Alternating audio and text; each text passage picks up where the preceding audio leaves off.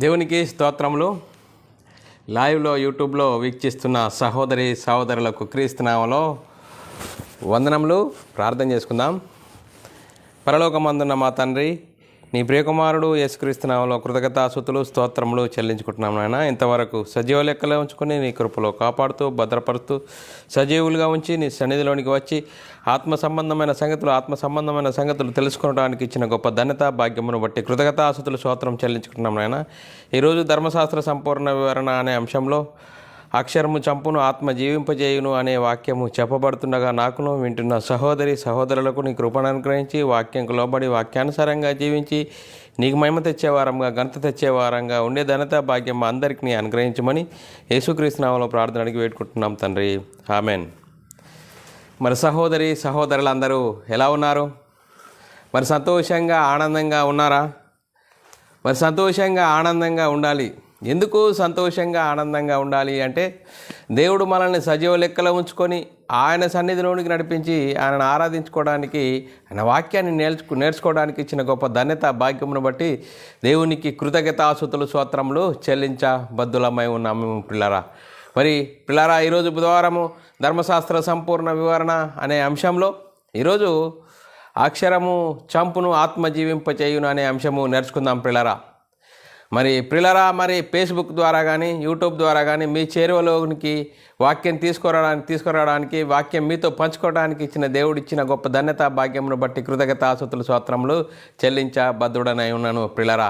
మరి పిల్లరా, మేము తెలుసుకున్న సర్వసత్యాన్ని అనేకులకు తెలియజేయడానికి క్రీస్తు ప్రేమను బలవంతం చేయటం బట్టి మేము తెలుసుకున్నది అనేకులకు తెలియజేయడానికి ఇచ్చిన గొప్ప ధన్యత భాగ్యమును బట్టి దేవునికి కృతజ్ఞతాస్తుతులు స్తోత్రములు చెల్లించబద్దుడనై ఉన్నాను పిల్లరా. మరి పిల్లారా, ఈరోజు మరి అంశము నేర్చుకుందాం. ధర్మశాస్త్ర సంపూర్ణ వివరణ అనే అంశంలో అక్షరము చంపును ఆత్మ జీవింపచేయును 17వ క్లాస్ పిల్లారా ఈరోజు. మరి ఈరోజు ఇది పార్ట్ 1గా నేర్చుకుందాము. దేవుని చిత్తం వచ్చే మళ్ళీ వారము పార్ట్ 2గా నేర్చుకుందాము పిల్లరా. మరి ఈ అంశంను ఎందుకు నేర్చుకోవాలి అనేది మనము ఆలోచన చేసినట్లయితే పిల్లరా, అక్షరము చంపును అనగా ధర్మశాస్త్రం గురించి పర్యాయ పదము. మరి చూడండి, ఆత్మ జీవింపచేయును అనగా కొత్త నిబంధన ఆత్మ నియమమును గురించి ఆత్మ జీవింపచేయును. మరి పిల్లలు మనం ఆలోచన చేసినట్లయితే ధర్మశాస్త్రము శిక్షావిధికి కారణమైన పరిచర్య. అక్షరము ధర్మశాస్త్రము శిక్షావిధికి కారణమైన పరిచర్య. మరి ఆత్మ జీవింపజేయును అనగా మరి కొత్త నిబంధన నీతికి కారణమైన పరిచర్య. ఇంకా మనము ధర్మశాస్త్రము మహిమగలది, మరి కొత్త నిబంధన అత్యధికమైన మహిమగలది. అలాగే ధర్మశాస్త్రము తగ్గిపోయే మహిమగలది. అందుకోసమే మోషే ముఖం మీద ముసుగు వేసుకున్నా అని వారు తేరి చూడలేకపోయారట. కొత్త నిబంధన అత్యధికమైన మహిమగలది, అత్యధికమైన నిలిచే మహిమగలది కొత్త నిబంధన. మరి ధర్మశాస్త్రం ఇంకా గురించి ఆలోచన చేసినట్లయితే ధర్మశాస్త్రము పాప మరణంలో నియమము గలది. ధర్మశాస్త్రము పాప మరణంలో నియమములు గలది. ధర్మశాస్త్రం అందరినీ పాపములో బంధించింది. మరి కొత్త నిబంధనను గురించి ఆలోచన చేసినట్లయితే కొత్త నిబంధన జీవమునిచ్చు ఆత్మ యొక్క నియమము గలది. కొత్త నిబంధన జీవమునిచ్చు ఆత్మ యొక్క నియమము గలది. మరి ధర్మశాస్త్రము శరీరానుసారమైన ఆజ్ఞలు గలది. ధర్మశాస్త్రం ఏంటండి? శరీరానుసారమైన ఆజ్ఞలు గలది. కొత్త నిబంధన నాశనము లేని జీవముకున్న శక్తిని బట్టి నియమింపబడినది. మరి మన ఆలోచన చేసినట్లయితే పిల్లరా, అక్షరమునకు కాదు, మరి ఆత్మకే మేము పరిచారకులమై ఉన్నాము అని పౌలు గారు చెప్తున్నాడు. మరి పిల్లరా, మనం ఆలోచన చేసినట్లయితే ధర్మశాస్త్రము సంపూర్ణ వివరణ అనే అంశంలో మరి అంశంను ఎందుకు నేర్చుకోవాలనేది కొద్దిగా నేర్చుకున్నాము. మరి లేఖనానుసారంగా మరి అక్షరము చంపును ఆత్మ జీవింపచేయును అంటే ఏ విధంగా అర్థం చేసుకోవాలి అనేది మనం ఆలోచన చేసినట్లయితే మూలవాక్యాన్ని మనం చదువుకున్నట్లయితే పిల్లరా, 2 కొరింథీయుల రాసిన పత్రిక 3వ అధ్యాయం 6వ వచనంలో ఆయనే మమ్మును కొత్త నిబంధనకు అనగా కొరింథీ సంఘంతో పౌలు గారు మాట్లాడుతున్నాడు. ఆయనే మమ్మును కొత్త నిబంధనకు అనగా అక్షరమునకు కాదు, అంటే అక్షరమునకు కాదు, ఆత్మకే పరిచారకులగుటకు మాకు సామర్థ్యం కలిగించున్నాడు. అక్షరమునగా చూడండి, పాత నిబంధన ధర్మశాస్త్రము, అక్షరము చంపును కానీ ఆత్మ జీవింపచేయును. అంటే చూడండి పిల్లరా, మొదటి కొరింథీల రాసిన పత్రిక మొదటి కొరింథీ సంఘంతో పౌలు గారు ఏమని మాట్లాడుతున్నాడు? ఆయన యేసుక్రీస్తు మమ్మలను కొత్త నిబంధనకు మమ్మును కొత్త నిబంధనకు అనగా అక్షరమునకు కాదు, అంటే పాత నిబంధనకు కాదు, ధర్మశాస్త్రము కాదు, ఆత్మకే పరిచారకులమవుటకు మాకు సామర్థ్యం కలుగజేశాడు. అంటే కొత్త నిబంధన, ఆత్మ యొక్క నియమము, జీవమునిచ్చే ఆత్మ నియమము చూడండి కలిగి ఉన్నాడు. అక్షరము చంపును కానీ ఆత్మయే జీవింపజేయును. చూడండి పిల్లల, అక్షరం అనగా ధర్మశాస్త్రము, పాత నిబంధన. మరి మనం ఇక్కడ అర్థం చేసుకోవాలి, అక్షరం అనగా ఏంటి? పర్యాయ పదము. ధర్మశాస్త్రము, పాత నిబంధనల గురించి చెప్తున్నాడు. అక్షరము చంపును, ఆత్మ జీవింపజేయును. అక్షరం ఎలాంటిదట? మరి అక్షరము, ధర్మశాస్త్రము, పాత నిబంధన అది చంపునే కానీ మరి జీవింపజేసే శక్తి లేదు. పాపం అనగా ఏంటో పాప పరిమాణం గురించి తెలియజేస్తుంది కానీ పాపాన్ని తీసివేసే శక్తి దాంట్లో లేదు. చూడండి, మనం ఆలోచన చేసినట్టయితే ఇంకా మరి కొత్త నిబంధన ఆత్మ యొక్క నియమమును జీవమునిచ్చు నేత, ఆత్మ యొక్క నియమము గలది, జీవింపజేసే ఆత్మ నియమం కలిది కొత్త నిబంధన, జీవింపజేసేది అనేది చెప్తున్నారు పిల్లరా. మరి అక్షరము ఎందుకు చంపుతుంది?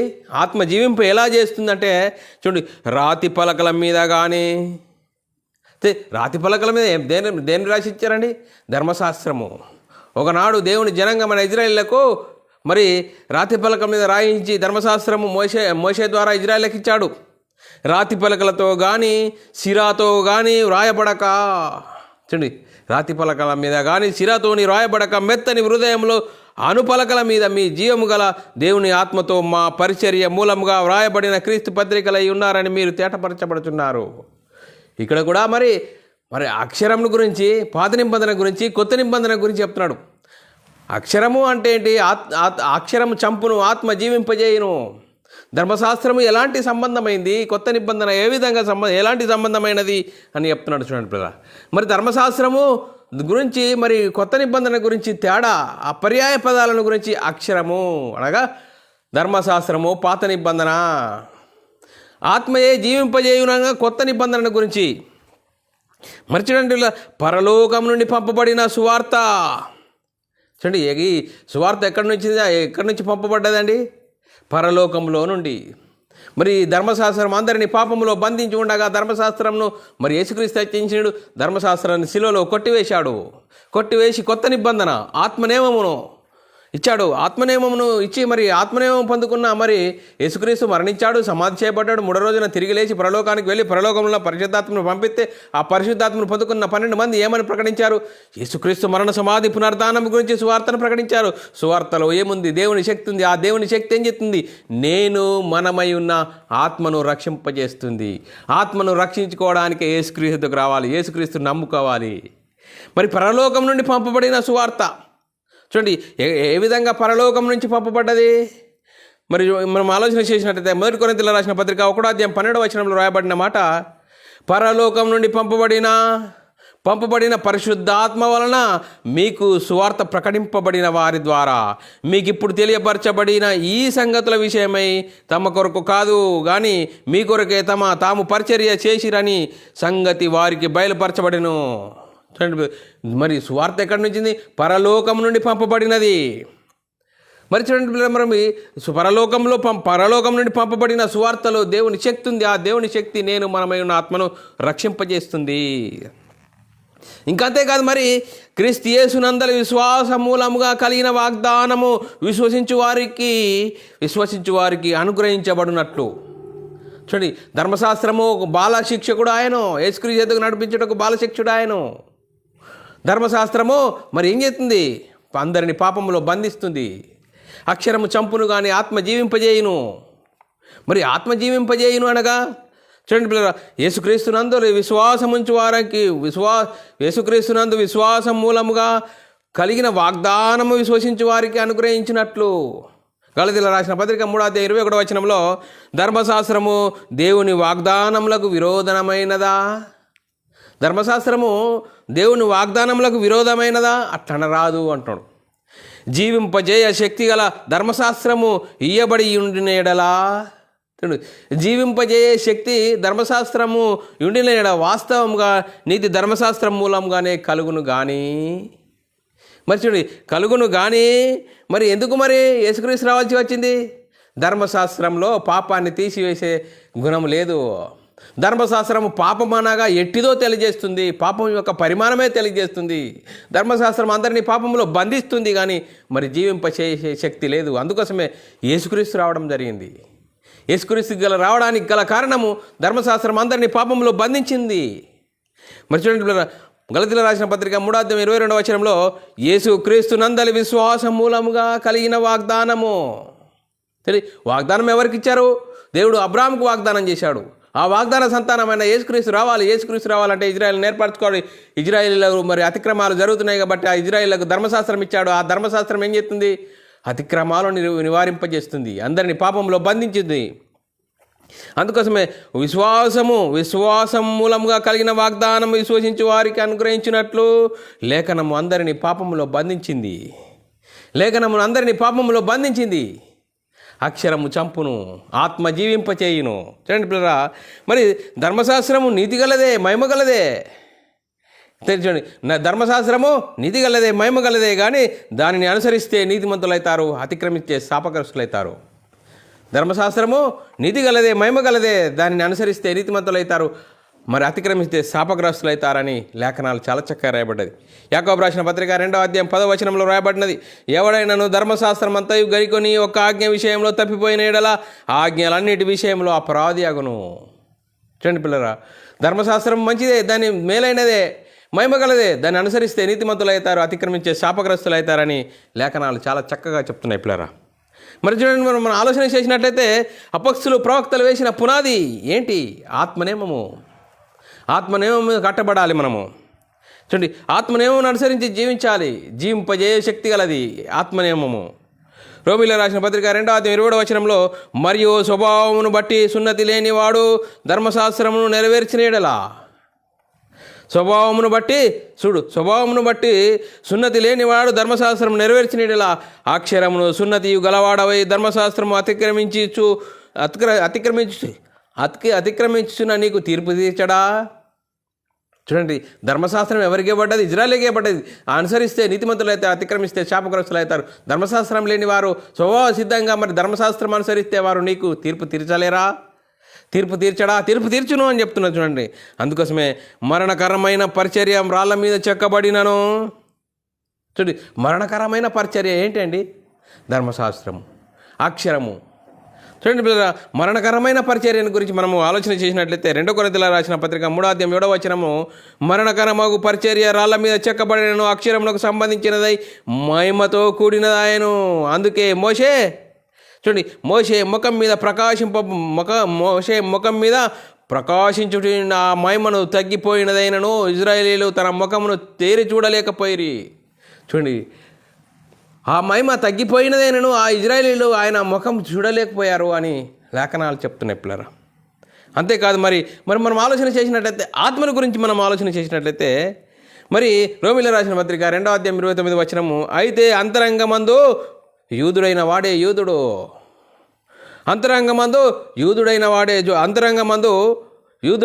యూదుడు మరియు సున్నతి హృదయ సంబంధమైనదై. సున్నతి ఏంటండి? హృదయ సంబంధమైనది. కొత్త నిబంధనకు వచ్చేవరకు హృదయ సంబంధమైనది, ఆత్మయందు జరిగినదే కానీ అక్షరం వలన కలిగినది కాదు. కొత్త నిబంధనకు వచ్చేసరికి హృదయ సంబంధమైన సున్నతి, ఆజ్ఞలు అనుసరించి జీవించడమే సున్నతి. చూడండి, మరి అట్టివానికి నీ మెప్పు మనుషుల వలన కలుగదు, దేవుని వలనే కలుగును. హృదయం వలన సున్నతి ఏ విధంగా కలుగుతుంది? చూడండి, అక్షరము చంపును, ఆత్మ జీవింపచేయునని చెప్తున్నట్టు. అక్షరం అనగా ధర్మశాస్త్రము. ఒకనాడు దేవుని జనాంగమైన ఇజ్రాయేలుకి ఇవ్వబడిన ధర్మశాస్త్రము అనుసరిస్తే నీతిమంతులు అవుతారు, అతిక్రమించే శాపగ్రస్తులు అవుతారు. మరి అనుసరించారా, అతిక్రమించారంటే అతిక్రమించారు. ధర్మశాస్త్రం అందరినీ పాపంలో బంధించింది. మరి ఆత్మ యొక్క నియమము, ఆత్మ యొక్క నియమము జీవింపజేయగల శక్తి గలది. చూడండి మరి ఆత్మ అక్షరమునకు కాదు కానీ ఆత్మకే పరిచారకులం అవుటకు మాకు సామర్థ్యం కలగజేశాడు. పౌలు గారు కొరింథీ సంఘంతో చెప్తున్నాడు. అక్షరము కాదు, మేము పాత నిబంధన కాదు, ధర్మశాస్త్రం కాదు, ధర్మశాస్త్రం కొట్టివేయబడ్డది కాబట్టి కొత్త నిబంధన. చూడండి పిల్లరా, కొత్త నిబంధన మేము పరిచారకులము, ఆత్మని యొక్క నియమముకు పరిచారకులము, పరిశుద్ధులకు ఒక్కసారి అప్పగింపబడిన బోధకు పరిచారకులము. పౌలు గారు ఎంత చక్కగా చెప్తున్నాడు చూడండి పిల్లరా. 2 కొరింథీయులకు రాసిన పత్రిక 3వ అధ్యాయం 6వ వచనంలో రాయబడ్డది. మనం ఆలోచన చేసినట్లయితే మాకు సామర్థ్యం కలిగేసాడు. ఆత్మ సంబంధమైన సంగతులు, ఆత్మ సంబంధమైన వాటికే మేము పరిచారకులం అవటకు మాకు సామర్థ్యం కలగజేశాడు. చూడండి పిల్లలు, మరి కొత్త నిబంధన ఎక్కడుంది అంటే, మరి కొత్త నిబంధన ఎక్కడుంది? కొత్త నిబంధన బైబిల్ గ్రంథంలో ఎక్కడి నుండి అంటే, బైబిల్ అంతా పరిశుద్ధాత్మ బోధతో రాయబడ్డదిగా, పరిశుద్ధాత్మతో రాయబడ్డది. అవును, రాయబడ్డది. కానీ అపోస్తులు ప్రవక్తలు వేసిన పునాది ఎక్కడి నుండి? మరి పరిశుద్ధాత్ముని బోధ ఎప్పుడు కుమ్మరింపబడ్డది? పరిశుద్ధాత్ముడు వచ్చి ఎప్పుడు మరి సర్వసత్యంలో నడిపించాడు. ఆత్మ యొక్క నియమం ఎప్పటి నుంచి? బైబిల్ గ్రంథంలో ఆత్మ యొక్క నియమము పాప మరణం నియమం నుండి నన్ను విడిపించను అంటున్నాడు పౌలు గారు. మనం ఆలోచన చేయాలి. చూడండి పిల్లరా, బ్రదరు, బైబిల్ అంతా పరిశుద్ధాత్మని బోధతో రాయబడ్డది. ఒక మనిషిని ఊహను బట్టి ఆలోచనలను బట్టి కాదు, కానీ మరి పరిశుద్ధాత్మ బోధతో రాయబడ్డది. కానీ బైబిల్లో ఆత్మ సంబంధమైన సంగతులు ఎక్కడి నుండి? మరి పరిశుద్ధాత్ముడు ఎప్పుడు వచ్చాడు? ప్రస్తుతం పరిశుద్ధాత్ముడు మనల్ని సర్వసత్యంలోకి నడిపిస్తున్నాడు. ఎలా? అపోస్తుల కార్యం నుంచి అండి.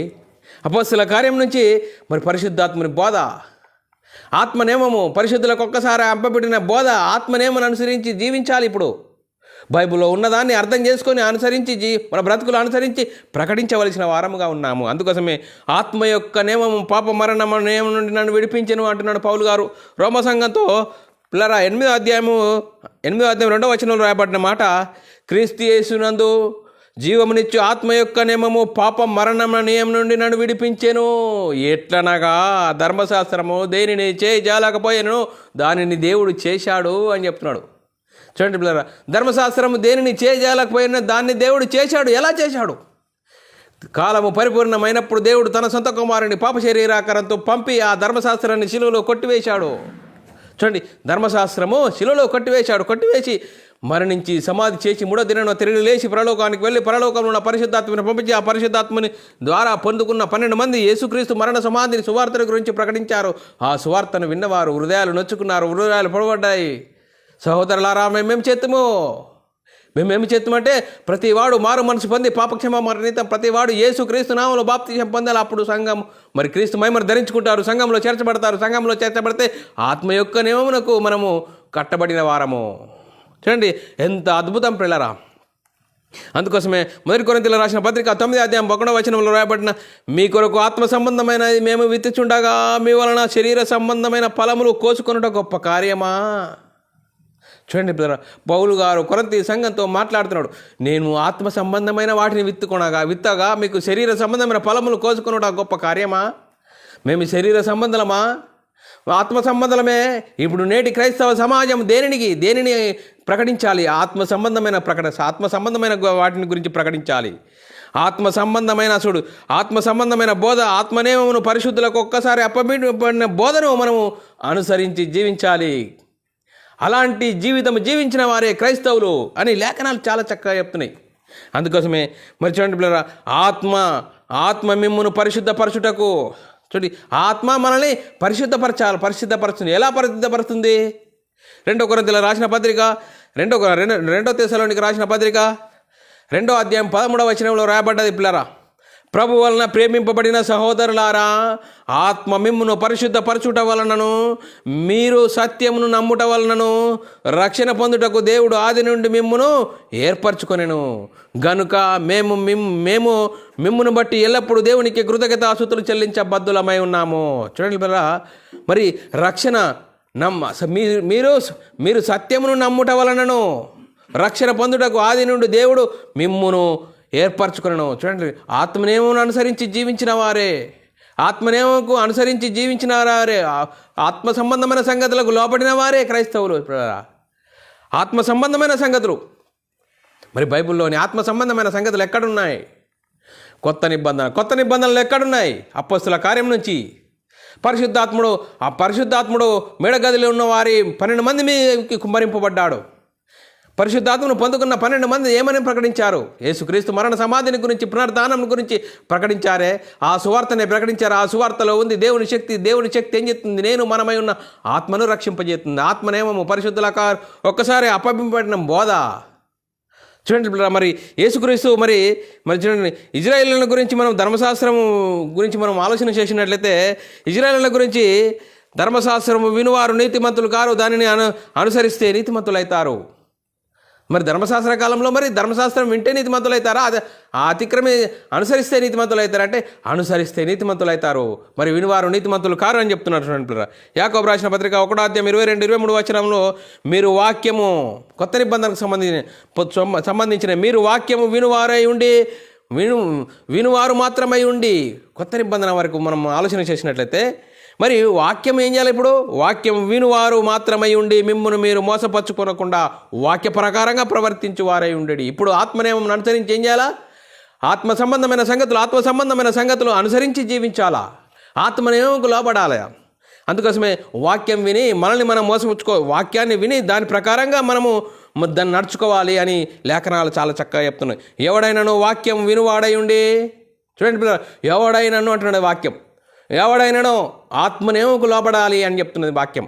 ఎవడైనానో వాక్యం వినువాడై ఉండి దాని ప్రకారంగా ప్రవర్తించువాడైతే వాడు అద్దంలో చూడండి, ఎవడైనానో వాక్యం వినువాడై ఉండి దాని ప్రకారంగా ప్రవర్తింపని వాడైతే వాడు అద్దంలో తన సహజ ముఖంలో చూసుకొని మనుషుడు పోలిన వాడై ఉన్నాడు. చూడండి, ఏంటి? వాక్యాన్ని వినాలి, దాన్ని మన బ్రతుకులు అనుసరించి జీవించి ప్రకటించాలి. అలాంటి జీవితం కలిగి ఉండాలి. విని విడిచిపెట్టు వారమైతే మనము అద్దంలో ముఖం చూసుకొని మనల్ని మనం ఏ విధంగా మర్చిపోతామో అలాంటి పరిస్థితిలో ఉంటామని చెప్తున్నది పిల్లరా. మరి మీరు ఆత్మచేత నడిపింపబడిన ఎడలా, ఆత్మచేత నడిపింపబడడం అంటే ఏంటండి? మరి భాషలు మాట్లాడమా? శబా ఈరోజు భాషలు మాట్లాడుతున్నారు. ఆత్మ దిగి వచ్చింది, దిగిరా అంటున్నారు ఈరోజు చాలామంది. మరి ఆత్మను అనుసరించి జీవించడం అంటే ఏంటి? ఆత్మ యొక్క నియమముకు అనుసరించి జీవించాలి. ఆత్మ యొక్క నియమము బైబిల్లోని ఆత్మ సంబంధమైన సంగతులకు లోబడాలి. గలతీయులకు రాసిన పత్రిక 5:18 మీరు ఆత్మచేత నడిపింపబడిన ఎడల ధర్మశాస్త్రమునకు లోనైన వారు కారు. చూడండి బ్రదర్, మీరు ఆత్మచేత లోబడితే ధర్మశాస్త్రం ఇంకా మీరు అవసరం లేదంటున్నాను. ధర్మశాస్త్రానికి మీరు లోనైన వారు కారు. చూడండి బ్రదర్, మనం ఆలోచన చేసినట్లయితే రోమీయులకు రాసిన పత్రిక 8:10 క్రీస్తు మీలో ఉన్న ఎడల మీ శరీరము పాప విషయమై మృతమైనది కానీ మీ ఆత్మ నీతి విషయమై జీవము కలిగి ఉన్నది.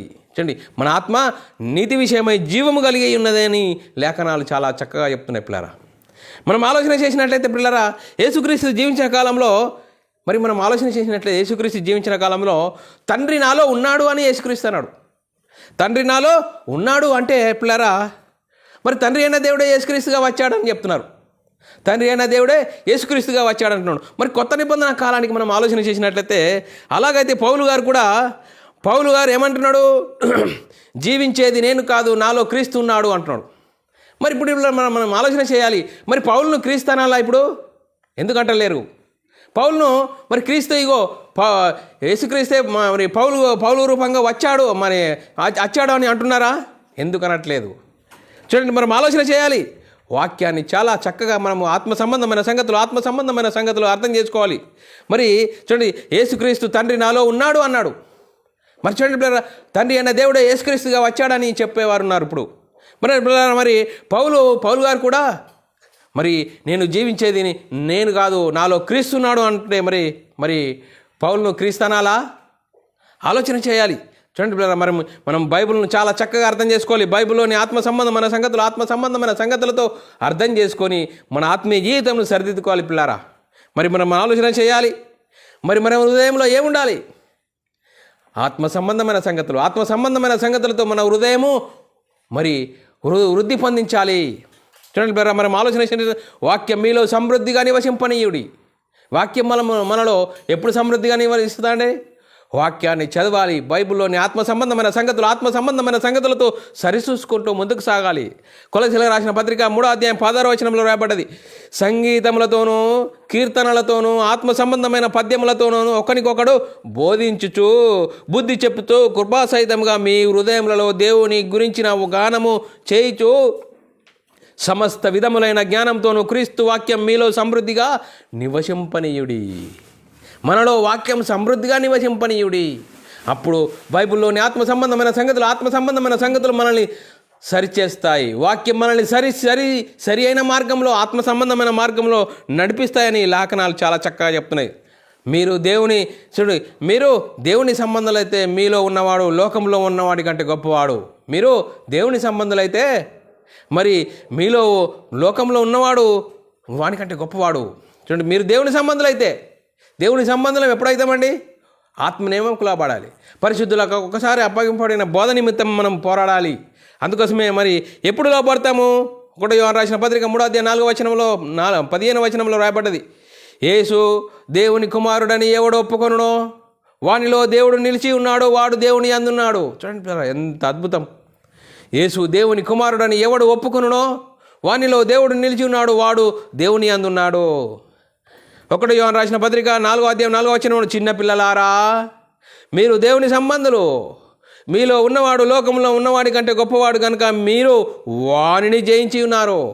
చూడండి, మీరు దేవుని సంబంధులు, మీలో ఉన్నవాడు లోకంలో ఉన్నవాని కంటే మీరు లోకంలో ఉన్నవాని కంటే గొప్పవాడు కనుక మీరు వారిని జయించి ఉన్నారు. లోకమును జయించిన విశ్వాసం మన విశ్వాసం మరి ఏంటి? యేసుక్రీస్తు దేవుని కుమారుడు, యేసుక్రీస్తు ప్రభువు, యేసుక్రీస్తు దేవుని కుమారుడని ఒప్పుకోవాలని లేఖనాలు చెప్తున్నాయి.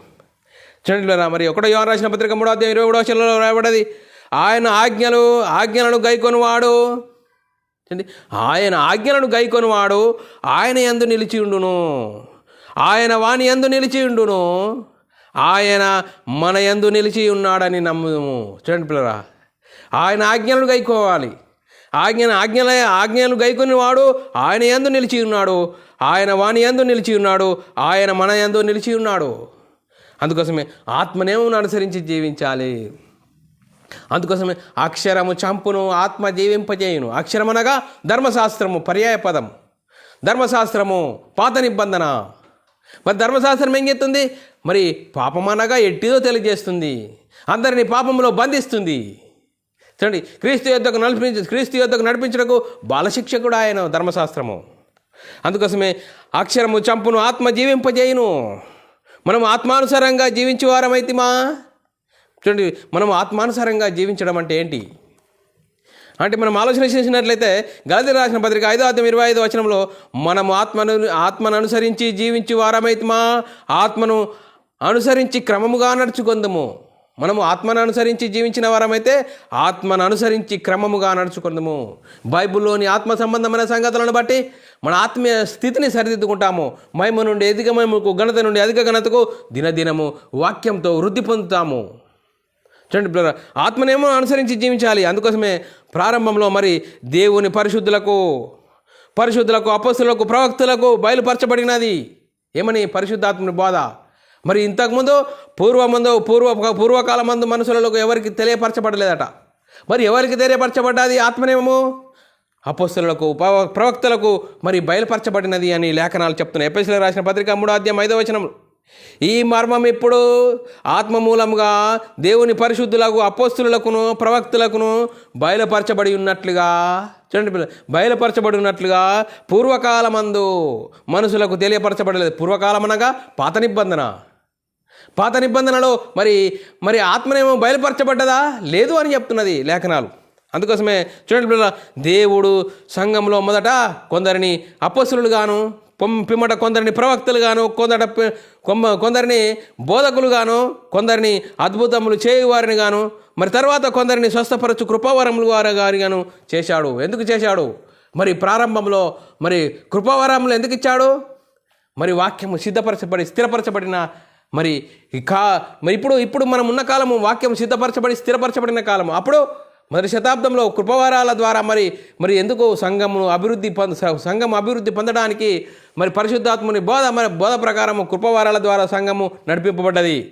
వాక్యము సిద్ధపరచబడిన కాలం కాదు కాబట్టి మరి కృపవారాలు వారికి అనుగ్రహింపబడ్డాయి. కృపవారాల ద్వారా సంఘ పరిచర్య జరిగింది. పిల్లరా, మొదటి కొరింథీయులకు రాసిన పత్రిక 12:28 మరియు దేవుడు సంఘంలో కొందరిని అపోస్తలులు గాను, పిమ్మట కొందరిని ప్రవక్తలు గాను, పిమ్మట కొందరిని బోధకులు గాను, అటు పిమ్మట కొందరిని అద్భుతము చేయువారి గాను, తర్వాత కొందరిని స్వస్థపరచు కృపవరములు గాను, కొందరిని ఉపకారములు చేయువారు గాను, కొందరిని ప్రభుత్వం చేయువారు గాను, కొందరిని నానా భాషలు మాట్లాడేవారు కానీ నియమింపబడెను.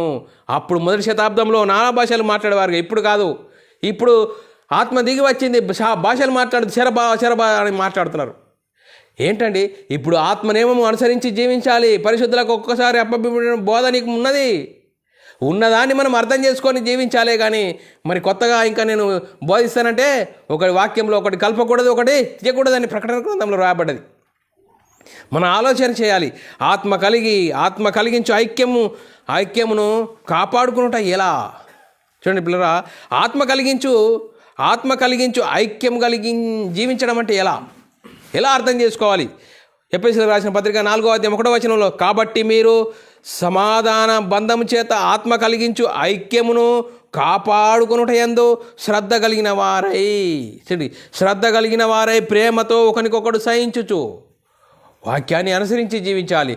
ఆత్మనేమకు లోబడాలి. పరిశుద్ధులకు ఒక్కసారి అప్పబెట్టిన బోధ నిమిత్తము మనం పోరాడాలని చెప్తున్నారు పిల్లరా. మరి పిల్లరా, మనం యేసుక్రీస్తు జీవించిన కాలంలో మనం ఆలోచన చేసినట్లయితే యేసుక్రీస్తు తండ్రికి ప్రార్థన చేస్తున్నాడు. ఏమని ప్రార్థన చేస్తున్నాడు చూడండి పిల్లరా. యేసుక్రీస్తు తండ్రికి ప్రార్థన చేస్తున్నావు, వారికి వాక్యం ఇచ్చాను, ఆ వాక్యం వల్ల వారందరూ ఒకటికి కావాలని వారి కొరకు ప్రార్థన చేస్తున్నాను అంటున్నాడు పిల్లరా. యోహాను సువార్త 17:20-21 చదువుకున్నట్లయితే మరి యేసుక్రీస్తు జీవించిన కాలంలో వారికి వాక్యం ఇచ్చాను, వాక్యం ప్రకారంగా వారు ఏకం కావాలని వారి కొరకు ప్రార్థన చేస్తున్నాను అంటున్నాడు. మరియు నీవు నన్ను పంపితివని లోకము నమ్మునట్లు తండ్రి నాయందు నీవును నీయందు నేనును ఉన్నలాగున వారును మనయందు ఏకమై ఉండవలనని వారి కొరకు మాత్రం నేను ప్రార్థించుటలేదు. వారి వాక్యం వలన నాయందు విశ్వాసముంచు వారందరూ ఏకమై ఉండవలనని వారి కొరకు ప్రార్థించుచున్నాను. వాక్యంలో ఏకం కావాలని అని తండ్రికి ప్రార్థన చేస్తున్నాడు యేసుక్రీస్తు. చూడండి పిల్లరా, మరి ఇప్పుడు మనము కొత్త నిబంధనను అనుసరించి జీవించిన వారము, ఆత్మనేమకు లోబడిన వారము, బైబిల్లోని ఆత్మ సంబంధమైన సంగతులకు లోబడి జీవించాలి అని లేఖనాలు చాలా చక్కగా చెప్తున్నాయి. మరి చూడండి పిల్లరా, మరి అక్షరము చంపును ఆత్మ జీవింపజేయును అంటే ఏ విధంగా అర్థం చేసుకోవాలి? అక్షరము అనగా ధర్మశాస్త్రము పాత నిబంధన. మరి మనం ఆలోచన చేసినట్లయితే ధర్మశాస్త్రము పాత నిబంధన గురించి మనం ఆలోచన చేసినట్లయితే ధర్మశాస్త్రం ఎవరికి ఇవ్వబడ్డది? ఇజ్రాయేలుకి ఇవ్వబడ్డది. ఇజ్రాయేలు అనుసరిస్తే నీతిమంతులు అవుతారు, అతిక్రమించే శాపగ్రస్తులు అవుతారు. మరి అతిక్రమించారంటే అతిక్రమించారు. ఇంకా చూడండి పిల్ల, ధర్మశాస్త్రం అతిక్రమించే శాపగ్రస్తులయ్యారు. అందరూ ఏ ఒక్కరు నీతిమంతులు లేక, దేవుడు అనుగ్రహించి మహిమను పొందలేక మరి పాతాళానికి జారుతున్న సమయంలో దేవుడు తన సొంత కుమారుని పాప శరీరాకారంతో ఈ లోకానికి పంపి మన ధర్మశాస్త్రము అందరినీ పాపంలో బంధించిన వారి అందరినీ విడిపించడానికి, అందరినీ నీతిమంతులుగా చేయడానికి ధర్మశాస్త్రాన్ని యేసుక్రీస్తు శిలువలో కొట్టివేశాడు. ఆయన రక్తం కార్చాడు. మనందరి కోసం మనల్ని పరిశుద్ధులు చేయడానికి, మనల్ని నీతిమంతులుగా చేయడానికి, మనందరినీ పరలోకంలో ఉన్న కన్నతండ్రి యొద్దకు తీసుకెళ్ళడానికి యేసుక్రీస్తు శిలువలో బలియాగం గావించాడు, శిలువలో రక్తం కార్చాడు, మరణించాడు, 3వ రోజున తిరిగి లేచి పరలోకానికి వెళ్ళి పరలోకంలో ఉన్న పరిశుద్ధాత్మని పంపించి ఆ పరిశుద్ధాత్మని పొందుకున్న 12 మంది యేసుక్రీస్తు మరణ సమాధి పునరుద్ధానం గురించి ప్రకటించారు. ఆత్మనియమమును అనుసరించి జీవించి ఆత్మనియమము సువార్తను ప్రకటించారు. ఆ సువార్తను పొందుకున్న వారు హృదయాలు పొడవబడి సహోదరులారా, ఎలారా మేమేం చేస్తామో ప్రతివాడు మారు మనసు పొంది పాప క్షమాపణ నిమిత్తం ప్రతివాడు యేసుక్రీస్తు నామములో బాప్తిజం పొందుండి అప్పుడు పరిశుద్ధాత్మను వరం పొందుకుంటారు. అప్పుడు దేవుడు ఆదామవ్వలు పోగొట్టుకున్న దేవుని కుమారత్వం పొందుకుంటారు. అప్పుడు దేవుని కుమారత్వం పొందుకుంటే అప్పుడు ఏమవుతావు? దేవుని వారసులము, దేవుని ఇంటి వారము, పరలోక వారసులము. ఇంత గొప్ప భాగ్యం మనకది కలుగుతుంది. అదే ఆత్మనియమము. అక్షరము చంపును, అక్షరమనగా ధర్మశాస్త్రము, పాత నిబంధన. అక్షరము చంపును అంటే ధర్మశాస్త్రము మిమ్మల్ని చంపుతుంది. ఇంకా ధర్మశాస్త్రం కావాలనుకుంటున్నారా? కొత్త నిబంధనకు వచ్చినా నీవు యేసుక్రీస్తును విశ్వసించిన నీవు ఇంకా చూడండి ప్రియులారా, పాత నిబంధన మొదటి శతాబ్దంలో అపొస్తలులతో మరి యూదులలో నుంచి వచ్చిన వారు మరి క్రీస్తును విశ్వసించి క్రీస్తు వద్దకు వచ్చి మరి సంఘంలో చేర్చబడిన వారు మాకు ధర్మశాస్త్రం కావాలి, క్రీస్తు కావాలి అంటే భయంకరమైన పరిస్థితిని మరి పౌలు గారు ఎంతో విడమర్చి అక్షరము చంపును, ధర్మశాస్త్రము చంపును. ధర్మశాస్త్రం అందరినీ పాపములో బంధించింది. ధర్మశాస్త్రము పాపం అనగా ఎట్టిదో తెలియజేస్తుంది, కానీ పాపాన్ని తీసివేసే గుణం దానిలో లేదు. అందుకోసమే ఆత్మయే జీవింపజేయును అనగా కొత్త నిబంధన అపొస్తలుల ప్రవక్తలు వేసిన పునాది. పరిశుద్ధులకు ఒక్కసారి అప్పబడిన బోధ, దానిని అనుసరించి జీవించాలి. ఆ ఆత్మ నియమము జీవింపజేయును, ఆ జీవింపజేయగల శక్తి గలది అని విడమరిచి వివరించి మరి 10వ శతాబ్దంలో ఉన్న వారికి వివరించాడు పిల్లారా. అందుకోసమే మేము పౌలు గారు ఏమంటాడు, మేము అక్షరమున కాదు ఆత్మకే పరిచారకుల మౌటకు మమ్మలను మాకు సామర్థ్యం చేశాడు అంటున్నాడు. చూడండి పిల్లారా, మరి మనం ఆలోచన చేసినట్లయితే మరి ఆలోచన చేయాలి. అక్షరము కాదు. మరి 2 కొరింథీయులకు రాసిన పత్రిక 3:6 చదువుకుందాం పిల్లారా. ఆయనే మమ్మును కొత్త నిబంధనకు అనగా అక్షరమునకు కాదు. చూడండి, అక్షరమునకు కాదు, అక్షరము కాదు. అక్షరం ఉంటే ధర్మశాస్త్రం ఉంటే అసలు మనం క్రైస్తవులం అయ్యే పరిస్థితే లేదు. ధర్మశాస్త్రం వల్ల నీతి జరిగితే క్రీస్తు రావాల్సిన అవసరమే లేదు. చూడండి పిల్లరా, మరి ఆయనే మమ్మున కొత్త నిబంధన అక్షరమును కాదు ఆత్మకే పరిచారకుల మౌటకు మాకు సామర్థ్యం కలిగించి ఉన్నాడు. అక్షరము చంపును, ఆత్మ జీవింప చేయును అని లేఖనాలు చాలా చక్కగా చెప్తున్నాయి పిల్లరా. అక్షరము అనగా మనం పర్యాయ పదము, ధర్మశాస్త్రము పాత నిబంధన అని అర్థం చేసుకోవాలి. ఆత్మ జీవింపజేయును అనగా కొత్త నిబంధన, ఆత్మనియమము. మరి పరిశుద్ధులకు ఒక్కసారి పడిన బోధ. ఆత్మనియమం అంటే ఈరోజు ఆత్మ దిగి వచ్చింది అని భాషలు మాట్లాడడం కాదు, అర్థం చేసుకోవాలి. బైబిల్లోని ఆత్మ సంబంధమైన సంగతులు అర్థం చేసుకోవాలి పిల్లారా. ఇంకా మనము రాబోయే క్లాసులో చాలా అంశాలు నేర్చుకుందాం పిల్లారా. మరి రాబోయే కాలంలో మళ్ళీ వచ్చే బుధవారం దేవుని చిత్తం అయితే మరి ఇంకా మనం ఆలోచన చేద్దాం పిల్లారా. మరి అక్షరము చంపును, ఆత్మ జీవింపజేయును అంటే ఏ విధంగా అర్థం చేసుకోవాలి. చూడండి పిల్లరా, మనం ఆలోచన చేసినట్లయితే ధర్మశాస్త్రము పాప మరణం నియమం నుండి నన్ను విడిపించెను అంటే ఏ విధంగా, మరి మళ్ళీ వచ్చే దేవుని చిత్తం వచ్చే మళ్ళీ వచ్చే బుధవారము నేర్చుకుందాం పిల్లారా. ఇంతవరకు మరి అక్షరము అనగా అక్షరము చంపును, ఆత్మ జీవింపజేయును అనగా అక్షరము అనగా పర్యాయ పదము, ధర్మశాస్త్రము పాత నిబంధన అని తెలుసుకున్నాము. ఆత్మ జీవింపజేయును అనగా కొత్త నిబంధన, పరిశుద్ధులకు ఒక్కసారి అప్పబడిన బోధ అని మనము అర్థం చేసుకున్నాం పిల్లారా. ఇంతవరకు చెప్పబడిన వాక్యం ప్రతి ఒక్కరి హృదయంలో నీరు గట్టి ఫలింపజేయను గాక. ఆమెన్. అందరికీ వందనములు, దేవునికి స్తోత్రాలు. ప్రార్థన చేసుకుందాం. పరలోకమందున్న మా తండ్రి, నీ ప్రియకుమారుడు యేసుక్రీస్తు నామములో కృతజ్ఞతాస్తుతులు స్తోత్రం చెల్లించుకుంటున్నాం నాయన. ఇంతవరకు సజీవు లెక్కలో ఉంచుకొని నీ కృపలో కాపాడుతూ మరి ధర్మశాస్త్ర సంపూర్ణ వినన అనే అంశంలో అక్షరము చంపును, ఆత్మ జీవింపజేయును అనే అంశం నేర్చుకోవడానికి కృప చూపినందుకు స్తోత్రాలు. విన్న వాక్యాన్ని విడిచిపెట్టకుండా విన్న మాటల ప్రకారం ఆత్మీయ జీవితంను కట్టుకొని నీకు మేము తెచ్చేవారంగా, గంత తెచ్చేవారంగా ఉండే ధన్యత భాగ్యం మా అందరికీ అనుగ్రహించినందుకు కృతజ్ఞతాస్తుతులు స్తోత్రం చెల్లించుకుంటూ యేసుక్రీస్తు నామములో ప్రార్థనకి వేడుకుంటున్నాం తండ్రి. ఆమెన్. ప్రియులారా, మరి ఇలాంటి అంశాలు వినాలనుకుంటున్నారా? యూట్యూబ్ ఛానల్లో BW అకాడమీ, అలాగే బైబుల్ విజ్డమ్ అకాడమీ బేరన్నని సబ్స్క్రైబ్ చేసుకోండి. మీరు వినండి, మీ సహోదరులకు షేర్ చేయండి. మీ వ్యక్తిగత ప్రార్థనలో మా పరిచర్య నిమిత్తం ప్రార్థనలో జ్ఞాపకం చేసుకోవాల్సినదిగా క్రీస్తు ప్రేమను బట్టి బతిమాలుకుంటున్నాను. అందరికీ వందనములు, దేవునికి స్తోత్రాలు.